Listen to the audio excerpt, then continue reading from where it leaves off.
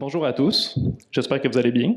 Je viens vous parler de la maladie des reins qui affecte notre cœur. D'abord, laissez-moi vous introduire une analogie.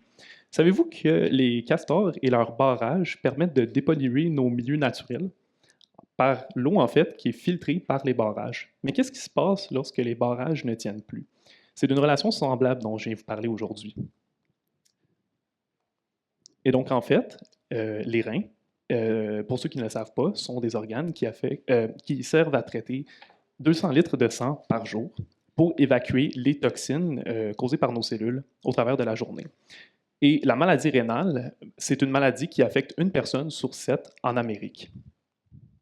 Et donc, quand les reins ne fonctionnent plus, en fait, il y a une accumulation de cette toxicité qu'on appelle urémie, qui peut mener à la hausse de l'inflammation et donc chroniquement à un affaiblissement du système immunitaire, ce qui peut entraîner des problèmes pour plusieurs organes, notamment notre cœur, qui est très sensible aux débalancements rénaux.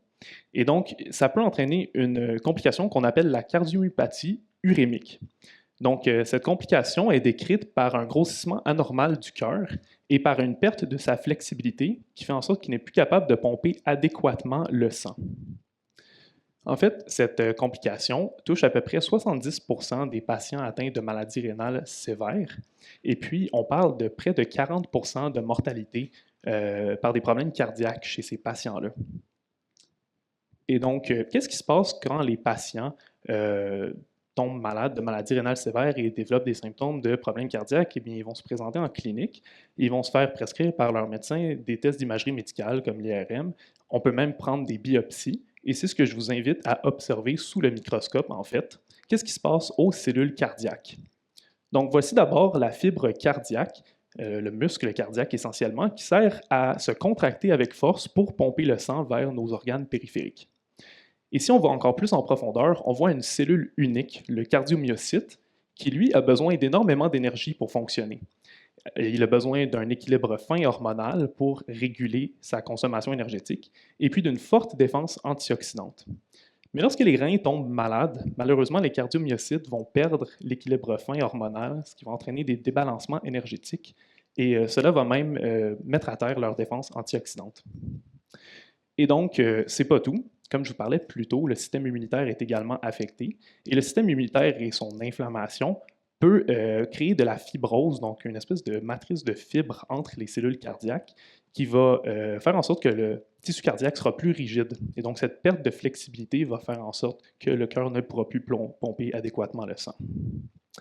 Et donc, il y a certains traitements actuels qui sont testés pour alléger la sévérité de la maladie cardiaque, comme des antihypertenseurs pour baisser la pression artérielle, des hypolipémiants pour réduire le taux de cholestérol, mais ces traitements ne fonctionnent que modestement au mieux chez ces patients atteints de maladies rénales sévères et on ne comprend pas trop pourquoi. Donc, nos meilleures options présentes demeurent les traitements classiques de la maladie rénale, comme la dialyse pour filtrer artificiellement le sang, soit des médicaments pour alléger certains symptômes, ou bien la meilleure option, la greffe rénale, mais qui est difficile d'accès. Et donc, les cliniciens s'entendent pour dire qu'on a besoin d'une thérapie alternative plus précise pour vraiment vaincre la cardiomyopathie urémique. Donc, je vous présente certaines options qui sont présentement en développement en recherche. Tout d'abord, comme je vous parlais, les cardiomyocytes ont besoin d'une énergie assez précise et potente pour fonctionner, donc on va essayer de trouver des sources alternatives d'énergie. Certaines équipes, comme la nôtre, vont se concentrer plutôt sur le système immunitaire. Comment est-ce qu'on peut le booster pour réduire l'inflammation et donc la hausse de fibrose dans les tissus cardiaques? Et d'autres équipes vont se concentrer plus précisément à développer des instruments qui vont servir à mieux filtrer le sang et se débarrasser de ces toxines problématiques pour le cœur. Et donc, j'aimerais conclure avec des petits mots de nos cardiologues et néphrologues qui s'entendent pour dire qu'on doit mettre un plus grand accent sur la cardiomyopathie urémique et d'autres maladies cardiaques liées à la maladie rénale. Et donc, je suis sûr que vous allez en entendre plus parler au courant des prochaines années. Merci beaucoup pour votre écoute. Allô, merci, c'est super intéressant. Tu as super bien parlé de le lien qu'il y avait entre la maladie rénale puis la maladie cardiaque, mais est-ce que les médecins, entre eux, ils ont le réflexe de regarder chez un et chez l'autre? Je ne sais pas si c'est dans le sens que s'il y a un patient qui se présente avec des symptômes d'une maladie cardiaque, est-ce qu'ils ont le réflexe de regarder si les reins fonctionnent comme il faut et inversement? C'est une bonne question. Je vous dirais que dans le contexte de la cardiomyopathie urémique, si un cardiologue va découvrir certains signes cliniques comme un grossissement justement anormal des ventricules cardiaques, surtout du ventricule gauche, que je n'ai pas précisé ici, et une fonction diastolique, donc une fonction de relaxation anormale, ça c'est un signe très évident d'une forme de cardiomyopathie urémique, mais généralement, encore une fois, cette cardiomyopathie va être développée vraiment chez les patients très sévèrement atteints par une perte de fonction rénale. Donc, il y aura certainement plusieurs autres symptômes de la maladie rénale qui vont être aperçus avant cela et d'autres, comme des toxines qui s'accumulent dans le sang qu'on peut mesurer pour être sûr que c'est bien de la cardiomyopathie urémique. Merci. D'autres questions dans la salle? Ouais, Oui. derrière. Le micro s'en vient vers vous. Merci. Allô, bravo. Moi, c'était une petite question technique. Comment le cœur reconnaît ces toxines, justement, qui viennent du rein? En fait, c'est une bonne question. Il y a plusieurs façons dont ces toxines affectent le cœur. Comme vous le savez sans doute, le cœur ne sert pas juste à pomper le sang, il est lui-même alimenté très finement par le sang.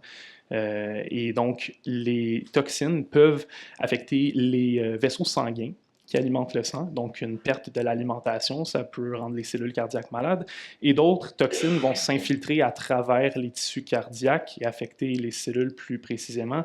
Certaines toxines vont complètement débalancer justement les fonctions énergétiques de ces cellules-là. Et comme je l'ai même mentionné auparavant, le système immunitaire va affecter les cellules cardiaques, pas juste indirectement en créant de la fibrose, mais aussi des fois en interagissant directement avec d'autres cellules qui se promènent dans les tissus cardiaques par justement la perte d'intégrité des vaisseaux sanguins, de la matrice cardiaque. Donc, ouais, il y a vraiment plusieurs interactions possibles. Ça devient très difficile à cibler c'est quoi exactement le problème ici. Merci.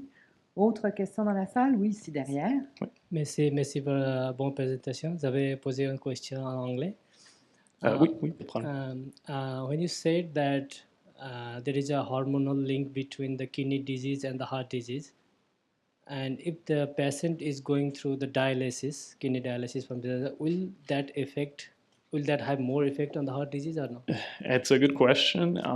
Actually, we've known for a while now that dialysis doesn't really benefit the patients for the development of cardiomyopathy, uremic cardiomyopathy. So we know that there's perhaps some way that we can clear some other substances that the processes we use now aren't able to do it.